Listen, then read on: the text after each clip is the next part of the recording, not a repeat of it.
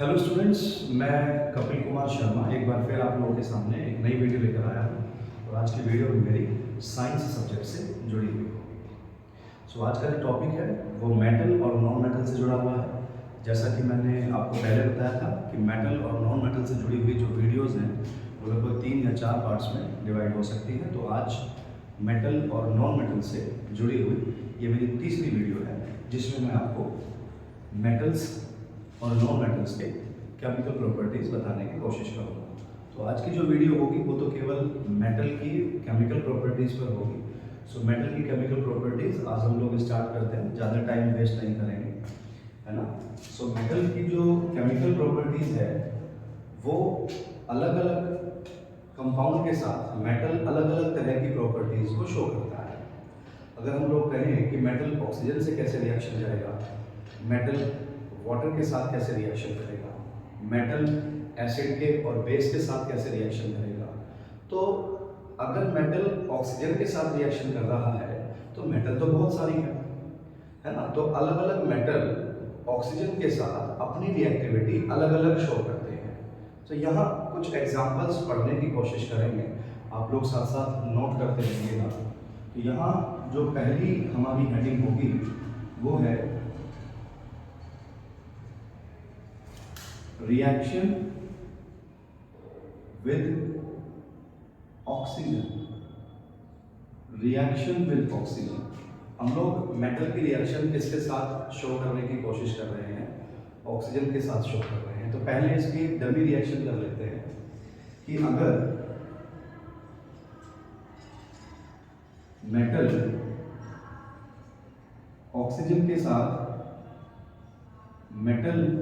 Oxygen के साथ reaction करता है, यहां पर हम लोग रूम टेम्परेचर की बात करेंगे, है ना। यहां पर हम लोग रूम टेम्परेचर की बात करेंगे। अगर हम इस रिएक्शन में एरो के ऊपर अगर टेम्परेचर नहीं भी लिखते हैं तो इसका मतलब है कि रिएक्शन हमारी रूम टेम्परेचर पर हो रही है। और रूम टेम्परेचर लगभग कितना होता है? 25 डिग्री सेल्सियस होता है। तो अगर मेटल ऑक्सीजन के साथ रिएक्शन करती है तो क्या बन जाता है? तो बनता है बेटा मेटल ऑक्साइड बन जाता है। क्या बन जाता है? मेटल ऑक्साइड बन जाता है। यहाँ हमें समझना है, हम केमिकल प्रॉपर्टीज पढ़ रहे हैं मेटल की। सो मेटल की रिएक्शन अगर हम लोग ऑक्सीजन से करते हैं तो क्या होता है? तो सबसे पहले हम लोगों ने समझना है कि अगर मेटल की रिएक्शन हम लोग ऑक्सीजन से करते हैं, है ना, तो हमारे पास क्या आता है? मेटल ऑक्साइड आता है। अच्छा, ये जो ऑक्सीजन है, ये ऑक्सीजन हमें कहाँ से प्राप्त होती है? ये ऑक्सीजन हमें एयर से मिलती है, ध्यान रखिएगा। क्योंकि मेटल को जब हम लोग जलाने की कोशिश करते हैं तो in the presence of air, कोई भी सब्सटेंस अगर जलाया जाता है तो वो जलता इसलिए है क्योंकि वहाँ ऑक्सीजन प्रेजेंट होती है। और किसी भी सब्सटेंस को जलाने की रिएक्शन जब हम लोग कॉपी में शो करते हैं तो वहाँ पर हमें ऑक्सीजन के साथ उसकी रिएक्शन करना बहुत ज़रूरी है। और ये ऑक्सीजन हमें कहाँ से मिलती है? वायु से मिलती है, थोड़ा ध्यान देंगे। तो अगर मेटल की रिएक्शन हम लोग ऑक्सीजन के साथ करते हैं तो हमें क्या प्राप्त हो जाता है? मेटल ऑक्साइड प्राप्त हो जाता है। देखिएगा, मेटल को हम लोग यहाँ M से डिनोट कर सकते हैं, ऑक्सीजन का तो आपको पता ही है, O2 से डिनोट कर लेते हैं। और यहाँ हम लोग इसको कैसे शो करेंगे? Metal oxide. मेटल ऑक्साइड प्राप्त होगा। अच्छा, ये जो मेटल ऑक्साइड होता है, अगर हम इसे वाटर में मिक्स कर दें, किस में मिक्स कर दें? मिक्स विद, इसे किस में मिक्स कर दें? मिक्स विद वाटर, पानी के साथ अगर इसे मिक्स कर दें तो इसका जो नेचर होगा वो फिर कैसा होगा? बेसिक नेचर होगा। इसे हम लोग क्षारीय प्रकृति का कहते हैं, थोड़ा ध्यान देंगे। बेसिक नेचर का होगा। बेसिक नेचर का क्या होगा? Metal oxide. मतलब इस तरह से बना होगा। इस तरह से मतलब कि मेटल की रिएक्शन जब हम लोग ऑक्सीजन से करते हैं तो क्या बन जाता है? मेटल ऑक्साइड बन जाता है। इस तरह से बना हुआ जो मेटल ऑक्साइड है, अगर हम उसे पानी के साथ मिक्स कर देते हैं या पानी में घोल देते हैं तो फिर वो कैसा, उसकी जो नेचर होती है वो कैसी होती है? बेसिक होती है। उसकी प्रकृति कैसी होती है? क्षारीय होती है। अच्छा, तो ये जो क्षारीय प्रकृति है ना, ये क्या कर सकती है? थोड़ा सा इसके बारे में देख लेते हैं कि जो मेटल ऑक्साइड बनता है ये क्या करता है। ये जो लाल लिटमस होता है ना, रेड लिटमस जो होता है उसे ये ब्लू लिटमस में कन्वर्ट कर देता है, उसका कलर चेंज कर देता है। ये रेड लिटमस और ब्लू लिटमस क्या है, ये इंडिकेटर होते हैं जो हमें ये बताते हैं कि रिएक्शन हमारी कंप्लीट हो गई है या नहीं हो गई है। रिएक्शन से पहले इनका कलर कुछ और होता है और रिएक्शन के बाद इनका कलर कुछ और होता है। तो ये जो रेड लिटमस और ब्लू लिटमस हैं, इन्हें हम लोग इंडिकेटर्स कहते हैं, जो हमें रिएक्शन के पूरा होने की इंफॉर्मेशन देते हैं। तो अगर मेटल ऑक्साइड जिसकी नेचर कैसी है, बेसिक है, अगर हम इसको रेड लिटमस को इसके पास ले जाएं या इसमें डुबो दें तो इसका रेड का कलर कैसा हो जाएगा, ब्लू हो जाएगा। जबकि ब्लू लिटमस पर इसका कोई प्रभाव नहीं पड़ेगा, कोई भी इफेक्ट नहीं पड़ेगा। थोड़ा सा ये ध्यान देने की कोशिश करेंगे, है ना। तो रिएक्शन विद ऑक्सीजन, हम लोग रिएक्शन विद ऑक्सीजन से जुड़ी हुई कुछ रिएक्शंस करने की कोशिश करते हैं, है ना। एक दो रिएक्शन कर लेते हैं तो थोड़ा सा आसानी से हमारे समझ में आ जाएगा कि ये होता क्या है।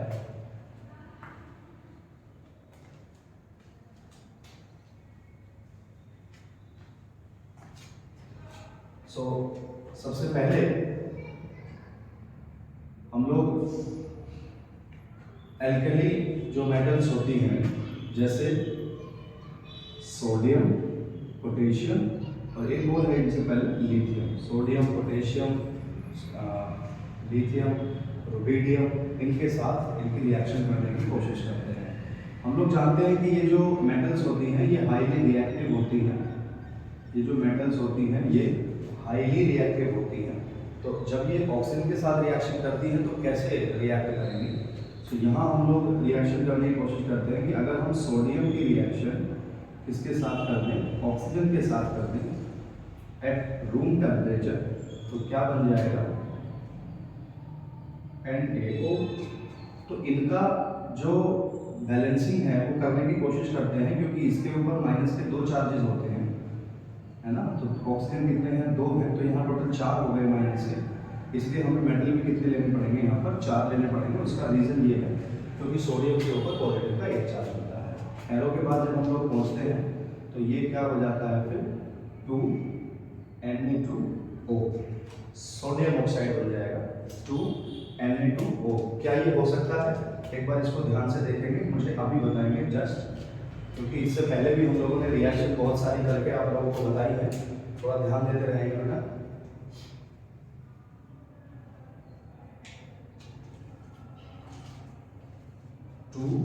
Na2O sodium oxide. इसके बाद अगर हम लोग पोटेशियम के बारे में देखें और यहाँ ऑक्सीजन, सो ये हो जाएगा 2K2O। ऐसे ही हम लोग लिथियम पर दिखा सकते हैं, ऐसे ही हम लोग रुबिडियम पर दिखा सकते हैं, क्योंकि ये जो मेटल्स होती हैं ये हाईली रिएक्टिव होती हैं। ये बहुत जल्दी एयर में जो ऑक्सीजन प्रेजेंट होती है उसके साथ रिएक्शन करके, है ना, आग भी पकड़ देती है। तो ये जो सोडियम और पोटेशियम या लिथियम जैसी जो मेटल्स होती हैं इनको हम लोग ऐसे ही खुला हवा में नहीं छोड़ सकते, है ना, नॉर्मली ऐसे नहीं रख सकते कहीं पर। इनको क्या करना होता है, इन्हें हमें केरोसिन में डुबो कर रखना पड़ता है। केरोसिन मतलब होता है मिट्टी का तेल। केरोसिन में इनको हम लोग डुबो कर रखते हैं। किस किस को डुबो कर रखते हैं, ज़्यादातर वो रखते हैं सोडियम और पोटेशियम को मिट्टी के तेल में या केरोसिन में डुबो कर रखते हैं, है ना। तो ये हवा में खुली नहीं छोड़ी जाती क्योंकि ये हाईली रिएक्टिव होती है। अगर इन्हें हवा में खुला छोड़ दिया जाए तो हवा की जो ऑक्सीजन है उसके साथ रिएक्शन करके ये आग पकड़ लेती है, इसलिए इन्हें हमें केरोसिन में डुबो कर रखना पड़ता है। अगर हम लोग लिथियम की बात करें तो लिथियम जो है अगर हम केरोसिन में इसको डुबोते हैं तो हल्का होने के कारण ये तेल की सतह पर आ जाता है ऊपर की तरफ, और फिर जब सतह पर होगा तो आधा हिस्सा तेल में होगा, आधा वायु के कांटेक्ट में होगा, तो इसलिए इसको वहाँ पर नहीं रखा जाता। इसे हम लोग पैराफिन मोम में रखते हैं। थोड़ा ध्यान दीजिएगा, पैराफिन मोम में रखते हैं इसको। लिथियम को, जबकि सोडियम और पोटेशियम को हम लोग मिट्टी के तेल में रखते हैं। तो यहाँ सोडियम और पोटेशियम अगर रिएक्शन करती हैं तो कुछ इस तरीके से करेंगे। अच्छा, ये रूम टेम्परेचर है, ज़्यादा हम लोगों को ये हीट नहीं करना, नॉर्मल रिएक्शन करनी है। इसको आप लोग नोट करते रहिए साथ साथ, थोड़ा आसान रहेगा आप लोगों के लिए।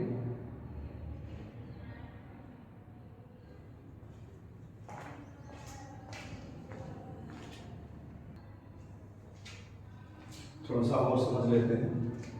तो ये तो हमारी एल्कलाइन मेटल थी, 3 मेटल्स या 4 मेटल्स जो ज़्यादा रिएक्टिव हैं, जिन्हें हम लोग हिंदी में क्षार धातु भी कहते हैं, इनके साथ रिएक्शन हो रहा था। अब हम लोग बात करते हैं मैग्नीशियम की, है ना। तो अगर हम लोग मेटल की रिएक्शन मैग्नीशियम के साथ करते हैं, सॉरी मेटल तो है ही क्या मैग्नीशियम, उसकी रिएक्शन ऑक्सीजन के साथ करते हैं तो क्या रहेगा। अभी सारी रिएक्शन ऑक्सीजन के साथ ही चल रही है। सो मैग्नीशियम की रिएक्शन अगर हम लोग किसके साथ करें, ऑक्सीजन के साथ करें तो क्या होगा। यहाँ हम लोग वही बार बार मैं बात कर रहा हूँ रूम टेम्परेचर की, मैं बार बार बात कर रहा हूँ। सो इसके ऊपर पॉजिटिव कितना होता है, +2 होता है, जबकि एक ऑक्सीजन के ऊपर -2 होता है। तो 2 ऑक्सीजन के ऊपर कितने हो गए, -4 हो जाएंगे घुमा फिरा के। तो इसलिए यहाँ पर बैलेंस करने के लिए हम 2 लेंगे और एरो के बाद ये क्या बन जाएगा, 2MgO बन जाएगा। ये जो ऑक्सीजन है ये हम लोगों ने कहाँ से ली है, ये एयर से मिली है, ठीक है। ये मेटल है, हम लोग जानते हैं मैग्नीशियम एक मेटल है, Mg, और एरो के बाद क्या बन जाएगा, ये मैग्नीशियम ऑक्साइड बन जाएगा, आप लोग जानते हैं ये मैग्नीशियम ऑक्साइड है। क्योंकि मैग्नीशियम एक मेटल है तो इसलिए हम लोग इसे क्या लिख रहे हैं यहाँ पर, मेटल ऑक्साइड लिख रहे हैं। तो मैग्नीशियम के बारे में कुछ ये रहता है कि मैग्नीशियम अगर कंपैरिजन किया जाए तो ये एल्कलाइन अर्थ मेटल है और एल्कलाइन मेटल से ही थोड़ा सा कम रिएक्टिव होती है। तो डायरेक्ट तो आसानी से ऐसे रिएक्शन नहीं करती है, अगर जलाने की कोशिश करें तो नहीं जलेगी। लेकिन अगर ऑक्सीजन की प्रेजेंस में हम लोग मैग्नीशियम को जलाएं तो ये जलकर उसके साथ रिएक्शन कर क्या बना लेती हैं, मेटल ऑक्साइड बना लेती हैं। तो इस वाली रिएक्शन को भी आप लोग एक बार नोट कर लीजिए। थोड़ा सा मैं साइड में हट जाता हूँ।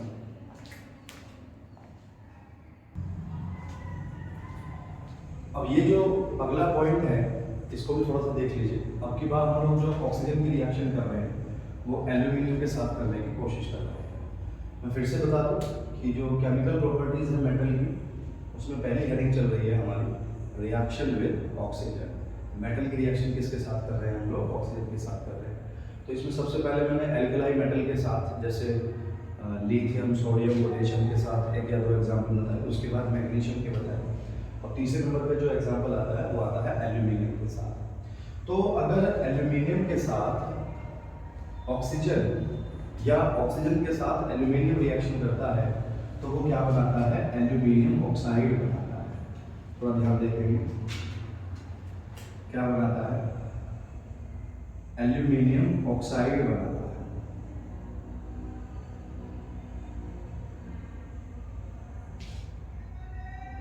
An2O3 ये एल्यूमिनियम ऑक्साइड बनाता है।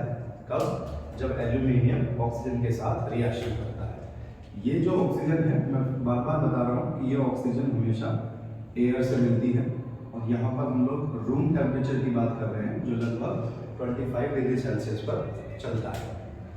सो एल्यूमिनियम जब हवा में उपस्थित ऑक्सीजन से रिएक्शन करता है तो क्या बन जाता है, An2O3 बन जाता है, एल्यूमिनियम ऑक्साइड बन जाता है। अच्छा, ये वर्ड क्या है भैया जी, ये थोड़ा अलग अलग है दोनों। ये एनोडाइजेशन अलग है, ये उभयधर्मी अलग है। ये एम्फोटेरिक होता है, एम्फोटेरिक या उभयधर्मी हम लोग जिसको कह रहे हैं वो बताते हैं कि ऐसे ऑक्साइड जो एसिड और बेस दोनों की तरह रिएक्ट करते हैं, है ना। ये रिएक्शन आपका एसिड के साथ भी करेंगे, ये रिएक्शन बेस के साथ भी करेंगे, या हम लोग कह सकते हैं जिसमें एसिड और बेस दोनों के गुण पाए जाते हैं या रिएक्ट करते हैं, उन्हें हम लोग क्या कहते हैं, उभयधर्मी या एम्फोटेरिक कहते हैं। सो एल्यूमिनियम ऑक्साइड बन जाता है। इस एल्यूमिनियम ऑक्साइड की रिएक्शन हमने एक बार तो एसिड के साथ दिखाई है और एक साथ हमने एक बार हमने किसके साथ दिखाई है, बेस के साथ रिएक्शन दिखाई है, तभी तो हम लोग इनको उभयधर्मी बोल रहे हैं। तो जब एल्यूमिनियम ऑक्साइड की रिएक्शन हम लोग एसिड के साथ दिखा रहे हैं तो फिर क्या बन रहा है हमारा, एल्यूमिनियम क्लोराइड बन रहा है। क्या बन रहा है, एल्यूमिनियम क्लोराइड। ये एल्यूमिनियम रिएक्शन कर रहा है क्लोराइड के साथ और हाइड्रोजन रिएक्शन कर रहा है ऑक्सीजन के साथ, थोड़ा देखिएगा। सो एल्यूमिनियम क्लोराइड बन रहा है और यहाँ पर मैंने एक छोटा सा वर्ड लिखा है एक्वा, है ना। ये एक्वा का मतलब क्या है, एक्वा का मतलब होता है जलीय विलयन। एक्वा का मतलब होता है जलीय विलयन, जलीय विलयन। तो ये जो चीज हमें प्राप्त होती है ये कहाँ प्राप्त होती है, ये हमें जलीय विलयन में प्राप्त होती है, ठीक है। इसलिए जो भी चीज हमें, जो भी सब्सटेंस हमें जलीय विलयन में प्राप्त हो रहा है, हम उसके फुट में क्या लिख देते हैं, एक्वा लिख देते हैं। सो ये एल्यूमिनियम क्लोराइड मिल गया और साथ में हमें क्या मिल गया, वाटर। और ये तो आप जानते ही हैं लिक्विड स्टेट में पाया जाएगा। फिर एल्यूमिनियम ऑक्साइड की रिएक्शन हमने एक बार किसके साथ करके दिखाई है, हमने रिएक्शन करके दिखाई है बेस के साथ। तो हमें क्या प्राप्त हुआ ना, NaAlO2। ये क्या है, ये थोड़ा सा नाम बड़ा है, ये है आपका sodium Meta aluminate, sodium Meta aluminate. ये जो फॉर्मूला है, जो सिंबल है, ये किसका है, सोडियम मेटा एल्यूमिनेट का है। और ये भी हमें जलीय विलयन एक्वा फॉर्म में मिलेगा और साथ में हमें वाटर मिलेगा, लिक्विड स्टेट में मिलेगा। तो ये जो दो तीन रिएक्शन है ये आप लोगों ने देखी है। तो यहाँ पर जो एल्यूमिनियम ऑक्साइड है, जब एल्यूमिनियम ऑक्सीजन के साथ रिएक्शन कर रहा है, हवा की ऑक्सीजन के साथ रिएक्शन कर रहा है, तो हमें क्या प्राप्त हो रहा है, एल्यूमिनियम ऑक्साइड प्राप्त हो रहा है। एल्यूमिनियम ऑक्साइड की जो प्रकृति होती है, जो नेचर होता है, वो कैसा होता है, उभयधर्मी या एम्फोटेरिक होता है, जो एसिड और बेस दोनों की तरह रिएक्ट करता है। अच्छा, और इसके अलावा जो एम्फोटेरिक या उभयधर्मी होते हैं, तीन एग्जाम्पल मैंने और लिखे हैं, है ना। ये है जिंक ऑक्साइड, ये है आपका जिंक ऑक्साइड, ये दूसरा है आपका लेड ऑक्साइड, है ना, ये बेरिलियम ऑक्साइड। तो ये तीनों एग्जाम्पल भी किसके हैं, उभयधर्मी के हैं, एम्फोटेरिक के हैं। तीन चार एग्जाम्पल आपके सामने आ रहे हैं। एक एल्यूमिनियम ऑक्साइड हो गया, जिंक ऑक्साइड, लेड ऑक्साइड और बेरिलियम ऑक्साइड। ये चारों के चारों जो एग्जाम्पल हैं वो कैसे हैं, उभयधर्मी या एम्फोटेरिक के एग्जाम्पल हैं। तो इसी कंडीशन में मैं फिर से बताऊंगा कि मैंने एल्यूमिनियम ऑक्साइड की रिएक्शन HCl का मतलब एसिड के साथ दिखाई है, एल्यूमिनियम ऑक्साइड की रिएक्शन हमने एक बार बेस के साथ दिखाई है। तो ये हम लोगों ने समझ लिया है। तो इसका फायदा क्या होता है, अगर एल्यूमिनियम ऑक्सीजन के साथ रिएक्शन कर रहा है तो ये इनएक्टिव होता है एक्चुअली। जब ये एल्यूमिनियम के साथ रिएक्शन ऑक्सीजन कर लेता है, एल्यूमिनियम और ऑक्सीजन की रिएक्शन जब आपस में होती है तो क्या बन जाता है, Al2O3 होता है। इसकी जो नेचर होती है वैसे तो उभयधर्मी है और हमने बताया एम्फोटेरिक है, लेकिन ये इनएक्टिव प्रॉपर तरीके का भी होता है। इनएक्टिव का मतलब है कि अक्रिय होता है ना। तो अगर हम लोग ऐसे ही एक एग्जांपल देखें कि कोई एल्यूमिनियम की रोड है और उस एल्यूमिनियम की रोड को हम लोग हवा में ऐसे ही खुला छोड़ दें, छत पर रख दें, बाहर रख दें, तो ये हवा में जो ऑक्सीजन प्रेजेंट है उसके साथ रिएक्शन करेगी एल्यूमिनियम और क्या बनाएगा, Al2O3 एल्यूमिनियम ऑक्साइड। तो एल्यूमिनियम ऑक्साइड जो है इस एल्यूमिनियम की रोड के ऊपर एक लेयर के रूप में जमा हो जाएगी, ठीक है, एक लेयर के रूप में क्या हो जाएगी, जमा हो जाएगी। तो ये इसका रीकोरोजन नहीं होने देगी, मतलब इसके ऊपर या ये जो एल्युमिनियम मेटल है इसका कोरोजन नहीं होने देगी। कोरोजन का मतलब क्या होता है कि मेटल का धीरे धीरे खत्म होना, है ना, वो भी ऐसे ही ऑक्साइड बनाती है। लेकिन एल्युमिनियम ऑक्साइड की जो लेयर है जब एल्युमिनियम के ऊपर चढ़ जाती है तो इसका रीकोरोजन नहीं होता है, संक्षारण नहीं होता है, इस पर जंग नहीं लगता है या मेटल खराब नहीं होती है। तो ये तो नेचुरल तरीके से हो गई है। अगर हम लोग आर्टिफिशियल तरीके से एल्युमिनियम के ऊपर एल्युमिनियम ऑक्साइड की लेयर चढ़ाना चाहते हैं तो हम उसे क्या कहते हैं, एनोडाइजेशन कहते हैं। क्या कहते हैं, एनोडाइजेशन कहते हैं। एनोडाइजेशन, एल्युमिनियम के ऊपर Al2O3 की लेयर चढ़ाना, और लेयर भी किस तरीके से चढ़ाना, इलेक्ट्रोलाइसिस के द्वारा चढ़ाना। इलेक्ट्रोलाइसिस के द्वारा चढ़ाना उसे हम लोग क्या कहते हैं, एनोडाइजेशन कहते हैं। एनोडाइजेशन, इसको हिंदी में हम लोग यहाँ देख लीजिए, हिंदी में इसे हम लोग एनोडीकरण कहते हैं। क्या कहते हैं? हिंदी में इसे कहते हैं एनोडीकरण, एनोडाइजेशन। दैट्स मीन कि एल्यूमिनियम के ऊपर एल्युमिनियम ऑक्साइड की लेयर चढ़ाना by the process of electrolysis, so that is called anodization. इसको आप नोट कर लीजिए बहुत अच्छे तरीके से, इसका आप लोग स्क्रीनशॉट भी ले सकते हैं।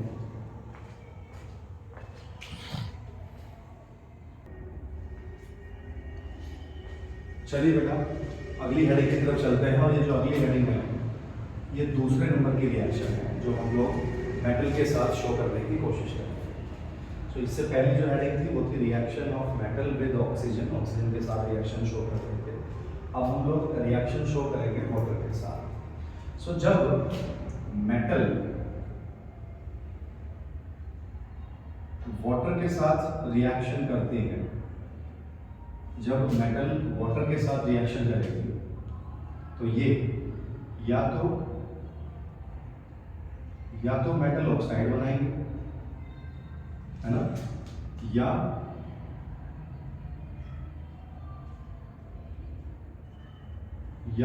मेटल हाइड्रोक्साइड बनाएंगे। ध्यान दीजिएगा, जब मेटल वाटर के साथ रिएक्शन करते हैं तब या तो मेटल ऑक्साइड बनाएगा या मेटल हाइड्रोक्साइड बनाएगा, और इसके साथ हाइड्रोजन गैस और प्लस हीट। यहाँ थोड़ा ध्यान दीजिएगा, ज़्यादा बड़ी रिएक्शन तो नहीं है। जब मेटल के साथ वाटर या वाटर के साथ मेटल रिएक्शन करेगा, जब इन दोनों की आपस में रिएक्शन कराई जाती है तब या तो मेटल ऑक्साइड बनेगा या मेटल हाइड्रोक्साइड बनेगा, प्लस हाइड्रोजन गैस निकलेगी और साथ में हीट निकलेगी। ये दोनों चीज़ें मैंने क्यों बताई है? क्योंकि मेटल सभी की जो सभी मेटल है वो वाटर के साथ एक जैसी रिएक्शन शो नहीं करती। ये जो मेटल है ये वाटर के साथ अलग अलग रिएक्शन शो करती है। मेटल तो बहुत सारी है, तो सभी मेटल वाटर के साथ एक जैसी रिएक्शन शो नहीं करती। अलग अलग मेटल की जो रिएक्शन है वाटर के साथ वो अलग अलग है। इसलिए मेटल जब वाटर के साथ रिएक्शन करती है तो कुछ मेटल ऑक्साइड बनाती है और कुछ क्या बनाएगी? Metal hydroxide. नोट करिए आप तब तक।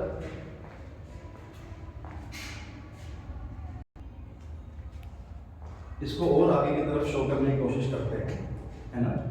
तो अब जो इस मेन हेडिंग की जो हम लोग पहली रिएक्शन बताने की कोशिश करेंगे वो है, सब रिएक्शन दिखा रहे हैं बेटा हम लोग, रिएक्शन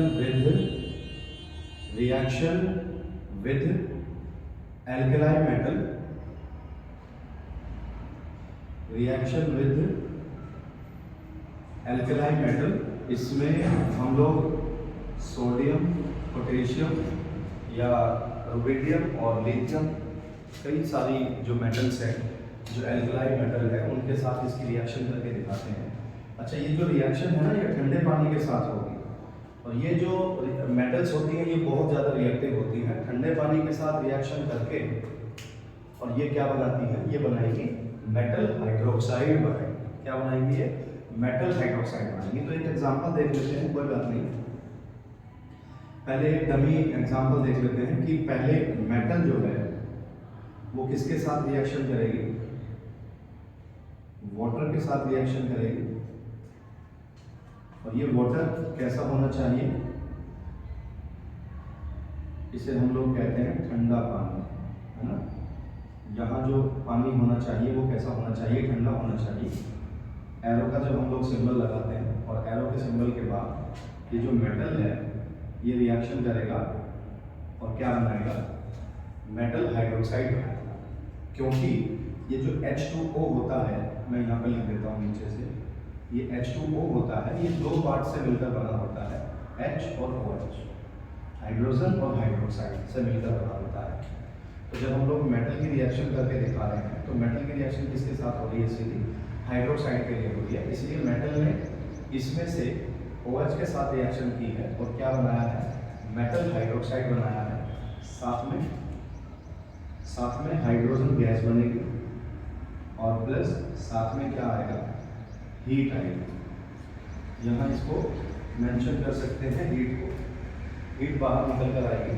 लेकिन हम इसको जो बैलेंस करने की कोशिश करते हैं, क्योंकि यहाँ H ज़्यादा हो जाते हैं, इसलिए हम लोग यहाँ पर क्या ले लेते हैं, H2O के 2 मॉलिक्यूल ले लेते हैं और मेटल के भी 2 ले लेते हैं। इस तरह से थोड़ा ध्यान देंगे, ये 2MOH मेटल हाइड्रोक्साइड। अब तो शायद सही हो गया, हाँ, क्योंकि इसको इस तरीके से समझिएगा कि जो H2O है, मैंने बताया कि ये 2 पार्ट से मिलकर बना है, H और OH। जब हम इसको यहाँ 2 ले लेंगे तो ये भी 2 हो जाएगा, ये भी 2 हो जाएगा, है ना।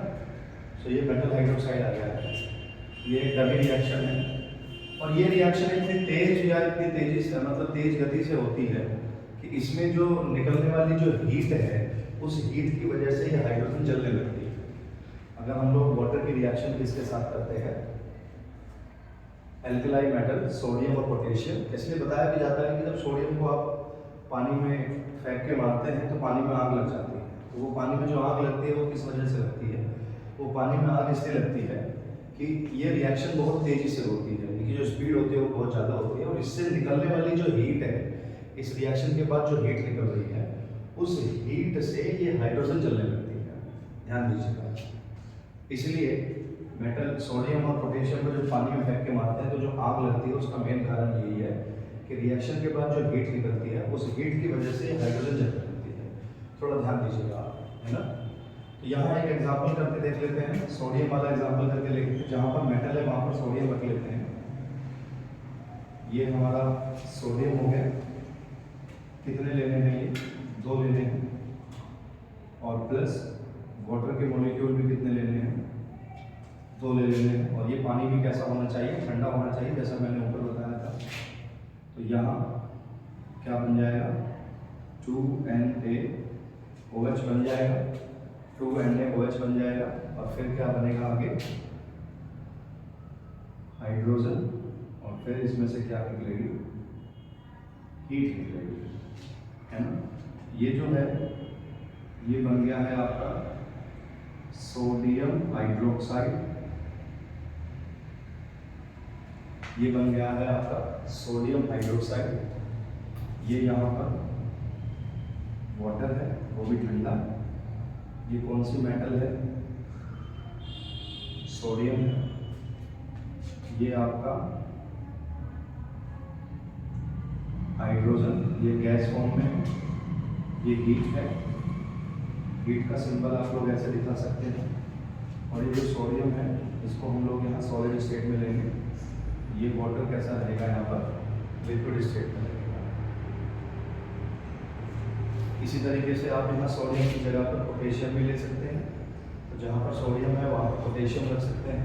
मैं जो बार बार बात कर रहा हूँ एल्कलाई मेटल की, जैसे लिथियम, सोडियम, पोटेशियम, रुबिडियम, ये सब धातुएं क्या कहलाती हैं, सब मेटल्स क्या कहलाती हैं, एल्कलाई मेटल कहलाती हैं। पीरियोडिक टेबल पे इसको फर्स्ट ए ग्रुप में रखा गया है, थोड़ा ध्यान दीजिएगा। तो इस तरीके से ये जो मेटल है वाटर के साथ रिएक्शन शो करती है, आप नोट कर सकते हैं इसको।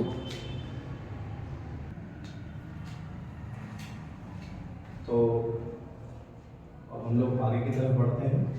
ये तो रहेगा ही क्या है ना। और एक दो रिएक्शन मेटल की वाटर के साथ दिखाने की कोशिश करते हैं। पहली जो रिएक्शन मैंने दिखाई है वो दिखाई है सोडियम या पोटेशियम के साथ, आप लोग रिएक्शन को शो कर सकते हैं। दूसरी जो रिएक्शन है वो हम लोग कैल्शियम के साथ दिखाते हैं कि अगर कैल्शियम के साथ हम लोग वाटर की रिएक्शन करते हैं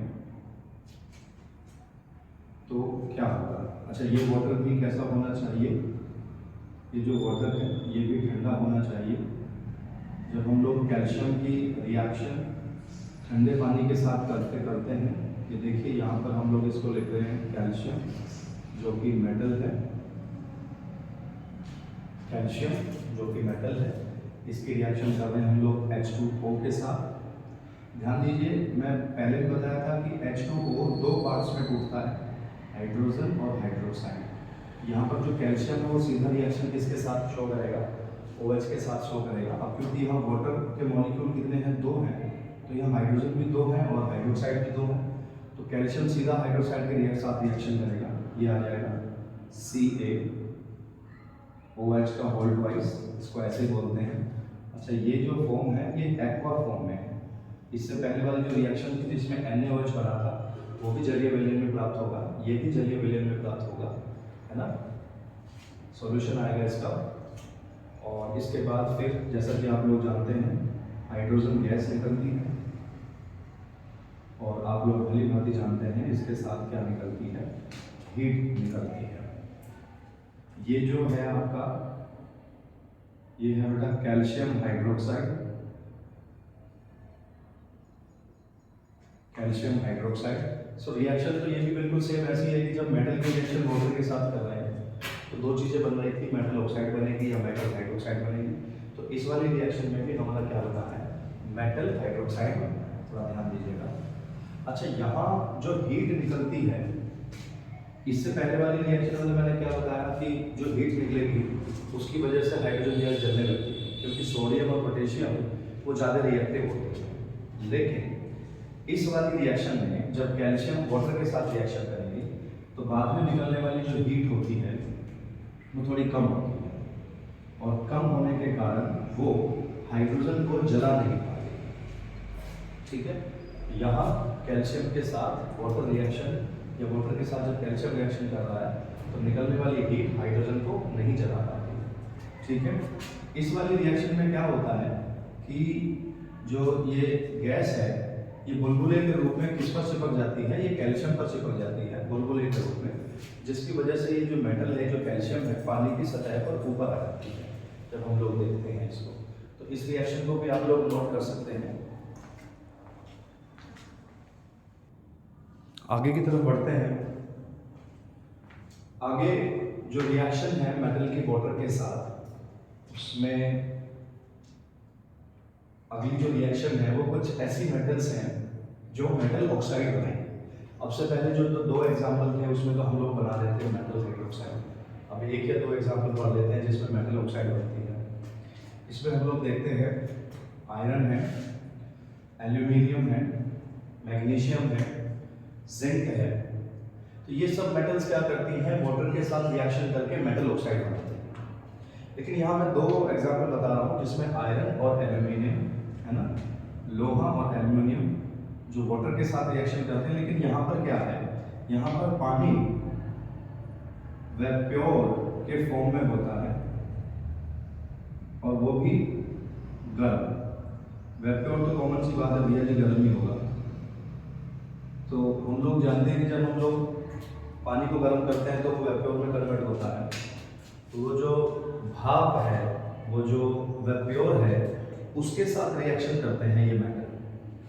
और जब ये मेटल पानी की भाप के साथ, पानी की वेप्योर के साथ, गर्म वेप्योर के साथ रिएक्शन करते हैं तो हमारे पास क्या बन जाता है, मेटल ऑक्साइड बन जाता है। जैसे यहाँ पर आयरन ने वाटर के साथ रिएक्शन की है, वाटर वेप्योर के साथ रिएक्शन की है, तो क्या बन गया है, आयरन ऑक्साइड हो गया है, आयरन ऑक्साइड हो गया है। यहाँ पर जो आयरन ऑक्साइड है वो 2nd और 3rd, क्योंकि यहाँ आयरन जो है वो अलग अलग वैलेंसी शो कर लेता है, वो बाद में बताएंगे उसके टॉपिक के बारे में। तो यहाँ ये बन जाएगा आयरन ऑक्साइड जो कि सॉलिड स्टेट में होगा, जबकि इससे पहले जो रिएक्शन थी जिसमें हाइड्रोक्साइड बन रहा था वो जलीय विलयन में प्राप्त हो रहा था, लेकिन यहाँ ये सॉलिड स्टेट में प्राप्त होगा, साथ में साथ में हाइड्रोजन गैस और थोड़ी सी हीट। ऐसे ही एल्यूमिनियम जो सॉलिड स्टेट में है ये वाटर वेप्योर के साथ रिएक्शन कर रही है और ये क्या बना रही है, एल्यूमिनियम ऑक्साइड बना रही है, हाइड्रोजन और हीट दे रही है साथ साथ।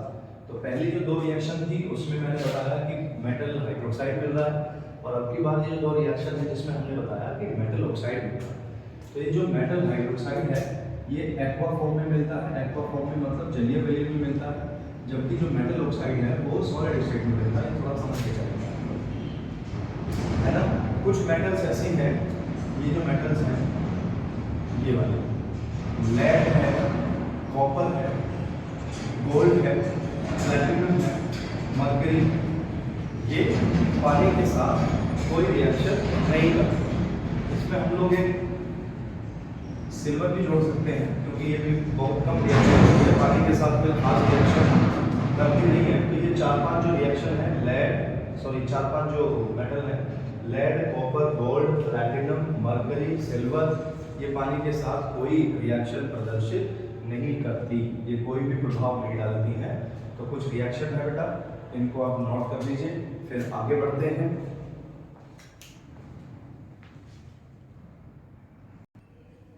चलिए आगे देखते हैं। अगली जो रिएक्शन है that is reaction with hydrogen.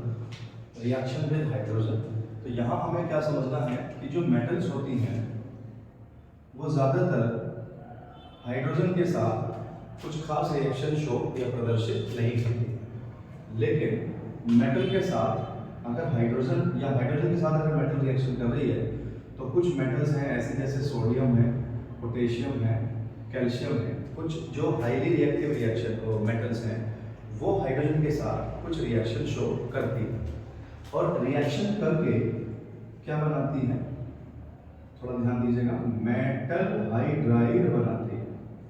क्या बनाती है? मेटल हाइड्राइड बनाती है, थोड़ा ध्यान दीजिएगा। तो ये सोडियम, पोटेशियम और कैल्शियम के साथ जो हम लोगों ने रिएक्शन शो की है यहाँ सोडियम को हम लोग सॉलिड स्टेट, क्योंकि ये मेटल है तो ये तीनों के तीनों सॉलिड स्टेट में पाए जाएंगे।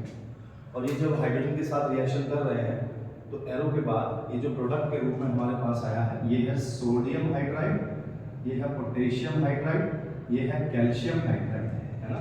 थोड़ा ध्यान दीजिएगा। तो अगर मेटल हाइड्रोजन के साथ रिएक्शन कर रही है, लेकिन कुछ मेटल जो हाईली रिएक्टिव होती है वो हाइड्रोजन के साथ रिएक्शन करके क्या बना देती है? मेटल हाइड्राइड बना देती है। और ये मेटल हाइड्राइड भी बिल्कुल सेम कैसे होते हैं, मेटल की तरह सॉलिड स्टेट में पाए जाते हैं। और इनका जो नेचर होता है वो बिल्कुल ऐसे मानिए जैसे मेटेलिक सॉल्ट होते हैं, उनकी तरह सॉलिड स्टेट में हमारे पास मेटल हाइड्राइड प्राप्त होता है। इन्हें आप नोट कर सकते हैं। आगे बढ़ते हैं बेटा। ये जो रिएक्शन है ये थोड़ा सा इंपॉर्टेंट है, रिएक्शन विद डाइल्यूट एसिड, है ना।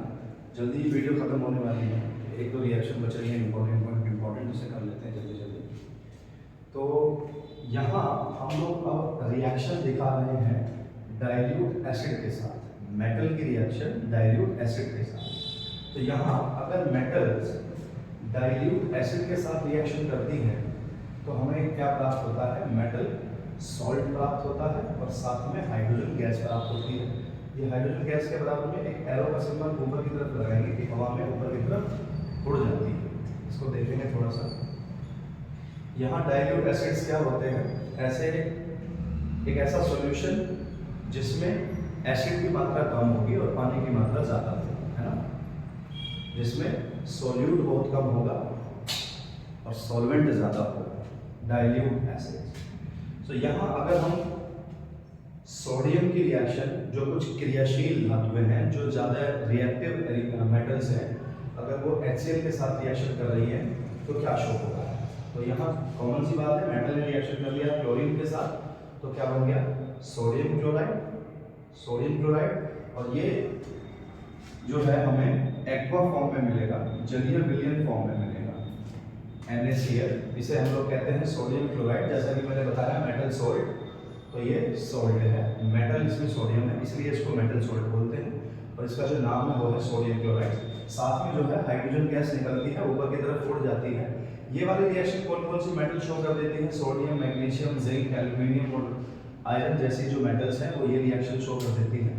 आगे की तरफ बढ़ते हैं। अगर सोडियम HCl के साथ रिएक्शन नहीं करता है, H2SO4 के साथ रिएक्शन करता है, H2SO4 मतलब सल्फ्यूरिक एसिड या हाइड्रोजन सल्फेट, सल्फ्यूरिक एसिड या हाइड्रोजन सल्फेट।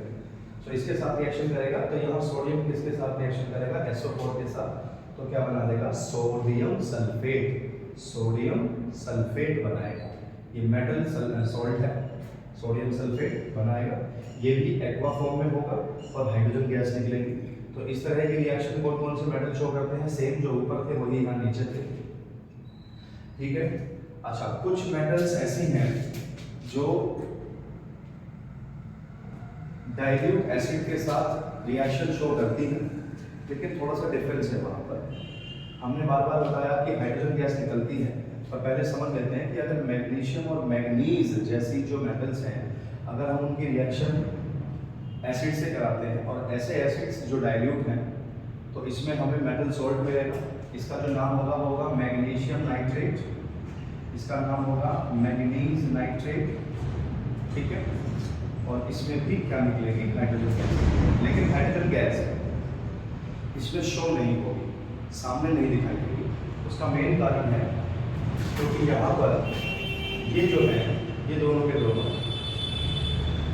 ये स्ट्रॉन्ग ऑक्सीडाइजर होने की वजह से इस हाइड्रोजन को ये क्या कर देते हैं, कन्वर्ट कर देते हैं पानी में। हाइड्रोजन कन्वर्ट हो जाती है, पानी में कन्वर्ट हो जाती है, इसलिए ये हाइड्रोजन यहाँ पर नहीं दिखाई देती। थोड़ा ध्यान दीजिएगा, लिख सकते हैं बेटा, एक बार नोट कर सकते हैं साथ साथ।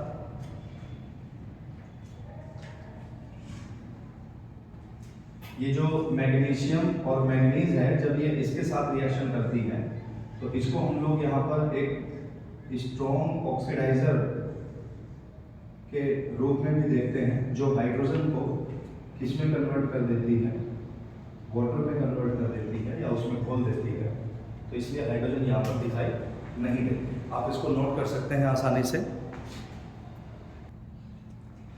ये कुछ मेटल्स हैं, कॉपर, सिल्वर और मरकरी।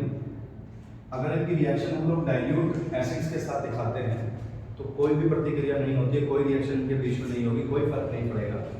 लेकिन अगर यहाँ डाइल्यूट की जगह अगर हम लोग कॉन्सेंट्रेटेड एसिड लेते हैं तो फिर ये रिएक्शन शो करती हैं और सॉल्ट के साथ साथ SO2 गैस भी निकालती है। कौन सा? अगर डाइल्यूट नहीं है, कॉन्सेंट्रेटेड है, डाइल्यूट नहीं है, कॉन्सेंट्रेटेड एसिड है, तो फिर ये रिएक्शन शो करती है। और डाइल्यूट के साथ ये जो मेटल्स है तीनों, ये कोई रिएक्शन शो नहीं करती हैं। तो देखिए पॉइंट है, नोट तो करना बहुत ज़रूरी है। तो चलिए बेटा, एक और इम्पोर्टेंट टॉपिक इसी वीडियो में, क्योंकि इनसे मिलता जुलता है, ये है एक्वारेजिया। कई जगह आपको इसका नाम सुनने के लिए मिलता है, एक्वारेजिया, और इसको हिंदी में हम लोग अम्लराज बोलते हैं। ये एक्वारेजिया क्या है? Aqua regia is the solution of HNO3 and HCl। जब HNO3 और HCl को आपस में मिलाते हैं तो क्या बन जाता है? एक्वारेजिया बन जाता है। लेकिन एक्वारेजिया बनाने के लिए, कंप्लीट एक्वारेजिया बनाने के लिए हमें इन दोनों को एक फिक्स रेशो में लेना पड़ता है। तो जब हम लोग एक्वारेजिया बनाते हैं उसमें एक भाग हम लोग HNO3 डालेंगे अकॉर्डिंग टू वॉल्यूम।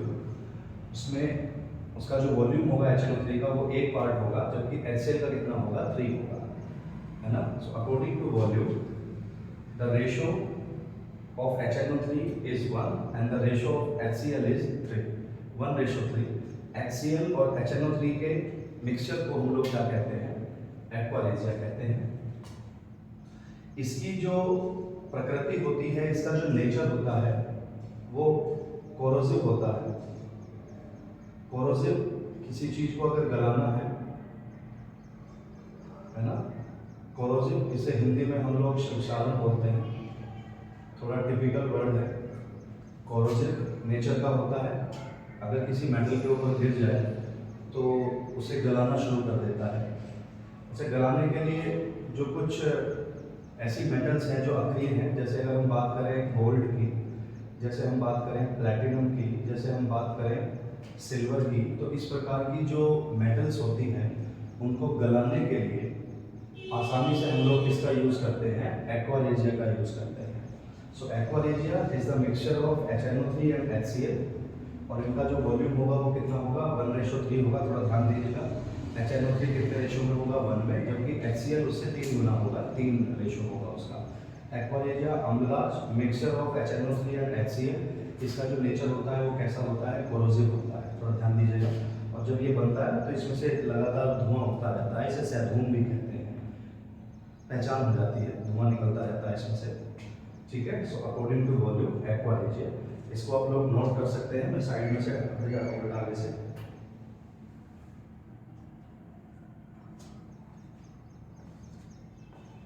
तो आज की जो वीडियो है वो बहुत बड़ी हो गई है, बहुत लंबी हो गई है। सो आज मेटल से जुड़े हुए कुछ इम्पोर्टेंट केमिकल प्रॉपर्टीज़ आपके साथ साझा की गई। उम्मीद करता हूँ कि आपको ये वीडियो में जो चीज़ें बताई गई हैं, जो टॉपिक समझाए गए हैं, वो समझ में आ गए होंगे। अब जो अगली वीडियो बनेगी उसमें मैं नॉन मेटल्स के केमिकल प्रॉपर्टीज़ आप लोगों के साथ साझा करने की कोशिश करूँगा। जो बच्चे नए हैं वो चैनल को सब्सक्राइब जरूर करें, क्योंकि जब अगली वीडियो हम लोग आपके साथ साझा करेंगे तो आपको पता लग जाएगा कि नोटिफिकेशन आ जाता है कि वीडियो आपके पास पहुंच चुकी है। तो अगली वीडियो का इंतज़ार करते हैं। तब तक के लिए धन्यवाद, नमस्कार।